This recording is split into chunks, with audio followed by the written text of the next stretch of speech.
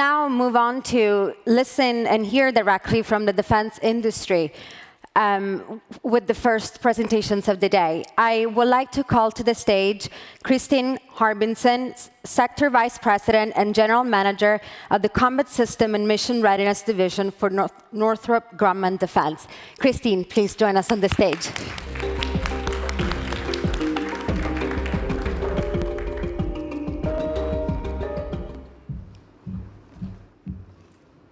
Dzień dobry. I'm honored to speak today at such an important event and to be part of these critical conversations with leaders from across Central European and transatlantic defense and security. Throughout the forum, we have heard about the security paradigm shift across Europe and across the world. This shift reinforces the importance of having strong defensive and deterrence capabilities to protect and defend sovereign territory and maintain regional security. And it requires allies to work closer together than ever before. Nowhere is that more important than here in NATO.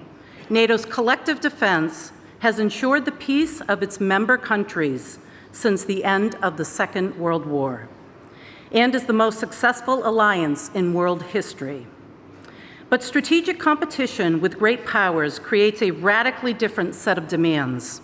Our adversaries are investing heavily to erode our collective military advantage. All of us in this room know the threats we face are real, not abstract, and not over the horizon.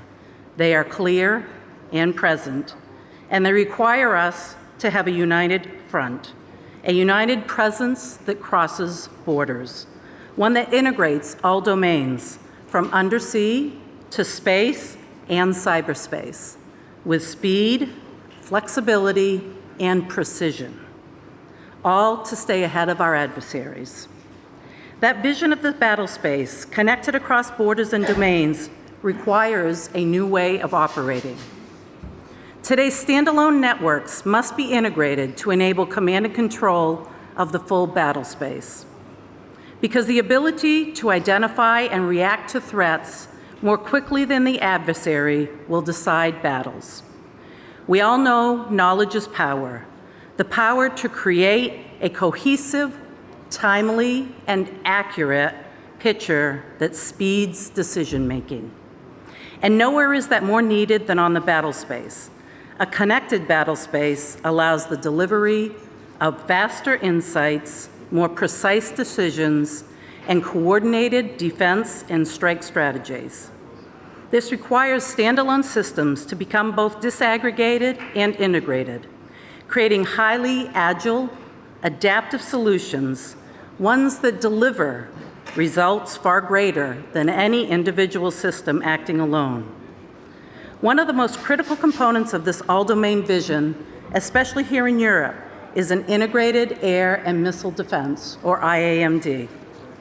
NATO calls IAMD an essential element of the alliance's ability to deter and defend against aggression. It is a fundamental capability for the region, one that provides security for national and allied forces, as well as local populations and national infrastructure. It must remain a top priority in countries' budgeting and modernization efforts. IAMD has undergone a rapid evolution, moving from a single stovepipe system to an integrated approach across domains. To meet the pace of today's threats, the evolution will not be enough. It must also integrate capabilities across national borders, incorporating indigenous capabilities while being responsive to specific country needs using local talent and expertise, which also helps boost local jobs and the domestic economy. Such a shared system should enable the region to not only be interoperable, but to integrate capabilities to best defend and deter as a collective force. Imagine the result: the ability to fight as one, with a common shared operating picture, using the full range of available sensors and capabilities across domains from undersea to space and cyber, to eliminate the threats, whatever they are and from wherever they are coming from. Where that capability is needed most is on the eastern flank. Where the threats are serious and real, we must only look to the east for a sobering example of the need for a more deliberate, integrated approach. An approach that creates a shield, both nationally and regionally, against the threat of air and missile attack, giving peace of mind to civilian populations and reassurance to national leaders. Such an IAMD shield would be a powerful deterrent because regional IAMD is only as strong as your neighbors. One integrated system would reduce vulnerabilities, increase resiliency, and strengthen security across the region. And if the need ever arises, could offer the ability to integrate with U.S. forces, being ready to fight tonight if called. Poland has started on a path that would allow the region to achieve this vision. It is modernizing its ground-based IAMD, creating a system that allows for just this interoperable approach. When Poland chose the Integrated Battle Command System, or IBCS, to serve as the centerpiece of its modernization strategy, it chose a system that is modular, open, and scalable, with an architecture that integrates all available assets in the battle space, regardless of source, service, or domain. Creating a platform for the region to come together for collective defense of the eastern flank. Across numerous successful tests and demonstrations, IBCS has proven the ability to connect multiple domains, enabling a truly joint force. Let me share an example with you. Last year, during a live-fire test, data from the U.S. Army, Air Force, and Marine Corps sensors and weapons systems were fused on a single network. This represented multiple domains in their own rights that were integrated to create a single operating picture. Leveraging this single operating picture that was more precise than any one single weapon system alone had, the operator was able to track and choose the best effector and intercepted the cruise missile target. Despite a highly contested electronic attack environment that purposely jammed some of the radars and would have otherwise denied the intercept. The live-fire test was proof of the extraordinary advantages we achieve with a modular, open systems approach to IAMD architecture and of IBCS. With an open systems architecture, we can disaggregate closed systems and enable joint connectivity at every level. We can incorporate in existing weapons or sensor systems, military nodes, and even whole C2 systems to make the best use of existing assets and prior investments. The approach creates a highly accurate common operating picture as data from multiple sensors is shared for use by any effector or weapon system, regardless of service or country, operationally bringing a larger battle space with which to defeat the threats, more time and accuracy. This is the future.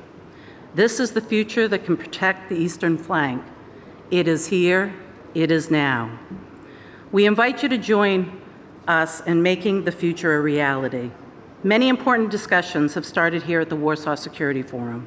We look forward to the ones of how IAMD capabilities can create this true shield that integrates operations with precision fires along NATO's eastern flank. It has been an honor speaking with you today. Thank you. Dziękuję.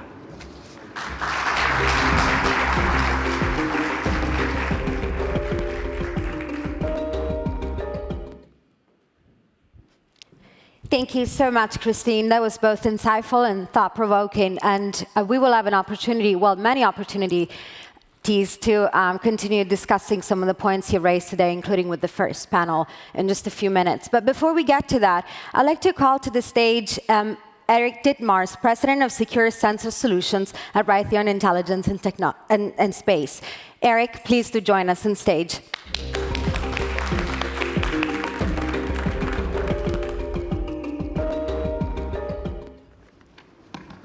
Good morning.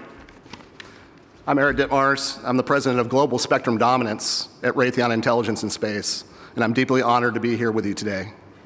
Raytheon Technologies has a long-standing history here in Poland.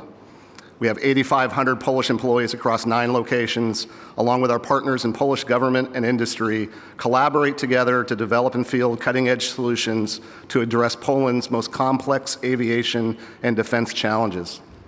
The Warsaw Security Forum gives us a unique opportunity to come together from our various countries, companies, and constituencies, to focus on the most critical military and political issues shaping our world. And today, it's my hope that I can provide you some new insight, or perhaps spark some new ideas that may help us make the world a more safe place, and by better understanding the threats before us and the ways to counter them. It's no secret that technology is evolving at an unprecedented pace. When I started my career at Raytheon, it was dot matrix printers and graphing calculators were considered state-of-the-art. Today, quantum computing is within reach, and artificial intelligence systems defend our networks. This ongoing technological evolution is most evident in the development of commercial and consumer products, from brick phones to flip phones to smartphones. That much is obvious. But what isn't always obvious is how rapid evolution of technology drives the development of advanced threats from our adversaries. Those of us in the room bear an outsized responsibility to anticipate and prepare for what's next. And that's what we're going to discuss today. As we survey the global security landscape, it's clear now that our collective adversaries have invested in developing new forms of cruise missiles capable of launching from nearly anywhere, skimming the surface of the Earth while traveling at 100 kilometers per hour and challenging traditional air defense radars. They're designing and deploying hypersonic weapons that travel at more than 5 times the speed of sound. And they're using small, inexpensive, and easy-to-acquire drones to deliver devastating effects in unexpected ways. Taken alone, any one of these single threats would be proving challenging. But when functioning together in a calculated and coordinated manner, they are overwhelming, to say the least. The real problem is one of time. The time needed to decide on when and how to act. Militaries and industries are partnering together to answer that call and advancing the capabilities to detect and counter these complex and evolving threats.